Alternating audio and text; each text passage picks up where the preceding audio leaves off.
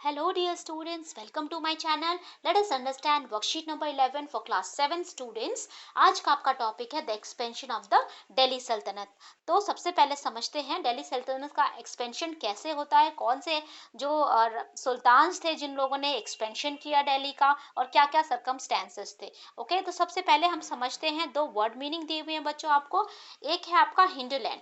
Hinterland का मतलब है आपका the land adjacent to the city और port that supply it with goods and services.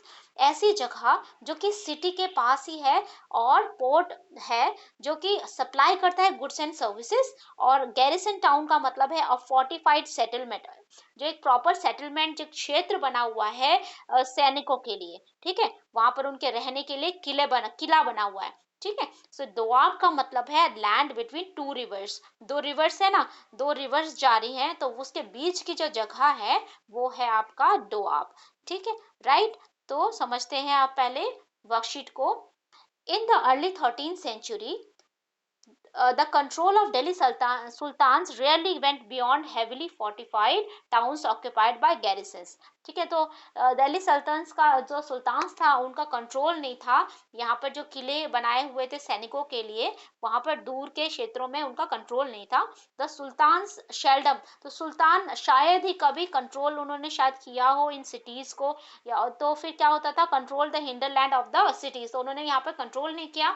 Where therefore dependent upon trade, tribute and plunder of for supplies. तो वहां पर उनको जो सप्लाईज चाहिए होता था वो लोग डिपेंड करते थे किस पे, ट्रेड पे, ट्रिब्यूट पे, कर था उस पे और लूट मार पे। ठीक है, वहां पर वो क्या करते थे, इस पे डिपेंड थे अपनी जरूरतों को पूरा करने के लिए। तो controlling garrison towns in adjacent Bengal and Sindh from Delhi, तो वाज एक्सट्रीमली डिफिकल्ट। तो दिल्ली से ये जो दूर के शहर थे बंगाल और सिंध, ये कंट्रोल करना बहुत ही मुश्किल था इन जगहों को।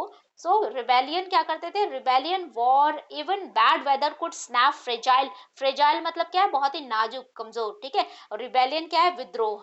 तो ये जो विद्रोह करते थे जो भी तो फिर यहाँ पर जब युद्ध के समय में या फिर जो बैड वेदर है इसके कारण क्या होता था, यहाँ पर जो कम्युनिकेशन है ये युद्ध से और वॉर से और बैड वेदर से यहाँ पर जो नाजुक कम्युनिकेशन रूट है ये टूट जाता था और वो उसका कोई कम्युनिकेशन नहीं रहता था दिल्ली सल्तनत के पास। ठीक है, तो Delhi authority was also challenged.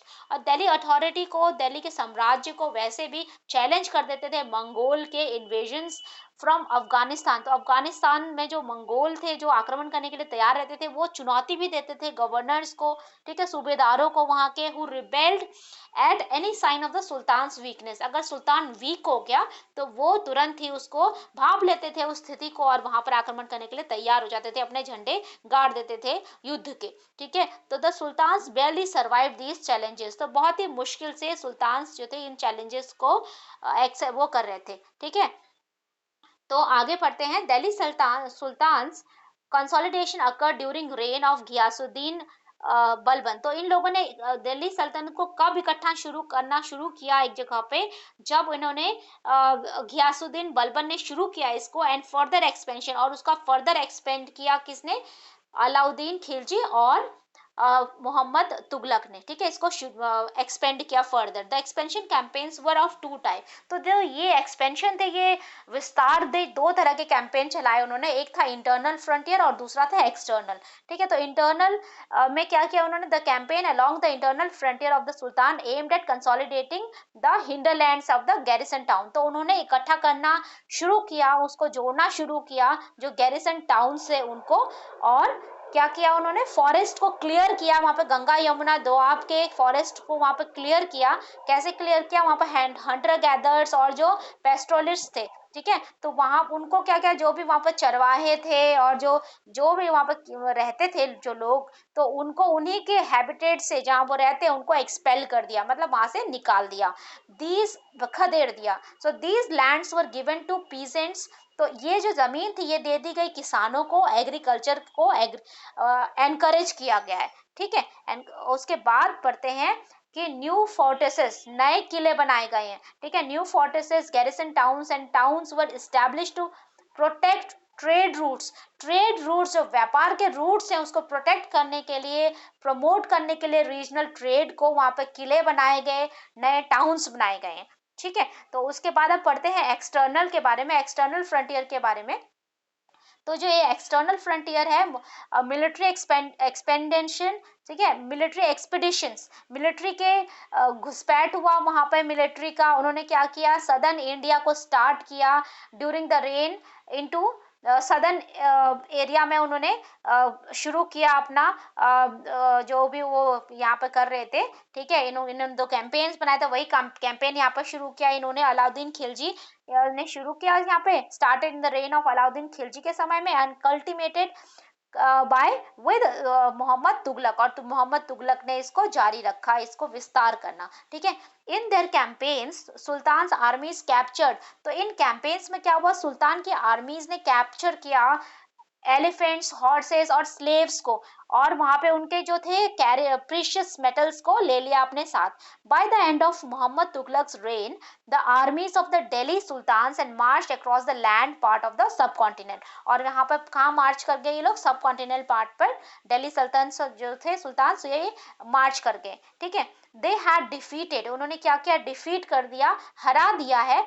ठीक है, they had defeated rival armies and seized cities को अपने कब्जे में ले लिया, एंड द सल्तनत collected tax from the peasantry and dispensed justice in its realm, तो उन्होंने क्या किया, टैक्स को कलेक्ट करना शुरू किया वहां के किसानों से, और बदले में क्या किया, उनको जस्टिस दिया, उनको उनकी सुनवाई होती थी। ठीक है, उन जो फैसले सुनाए जाते थे।